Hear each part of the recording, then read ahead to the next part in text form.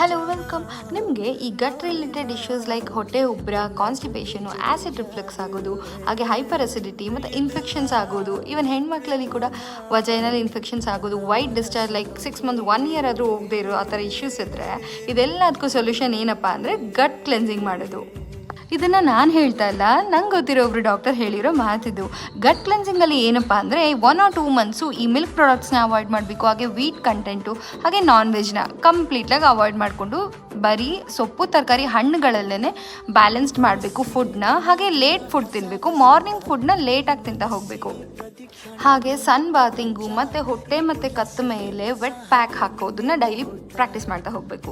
ಈ ಥರ process 1 or 2 months ಮಾಡ್ತಾ ಹೋದರೆ ನಮ್ಮ ಬಾಡಿಲಿ ಅಥವಾ ನಮ್ಮ ಗಟ್ ಇಶ್ಯೂಸ್ ಏನೇನಿದೆ ಇಷ್ಟು ದಿನದ್ದು ಸ್ಟೋರೇಜ್ ಆಗಿರೋದು ಅದೆಲ್ಲ ಬಾಡಿಯಿಂದ ಹೊರಗೆ ಹೋಗ್ತಾ ಹೋಗುತ್ತೆ. ಓಕೆ, ವಿಡಿಯೋ ಇಷ್ಟ ಆದರೆ ಲೈಕ್ ಮಾಡಿ, ಕಮೆಂಟ್ ಮಾಡಿ, ಪ್ಲೀಸ್ ಚಾನಲ್ನ ಸಬ್ಸ್ಕ್ರೈಬ್ ಮಾಡಿ. Thank you.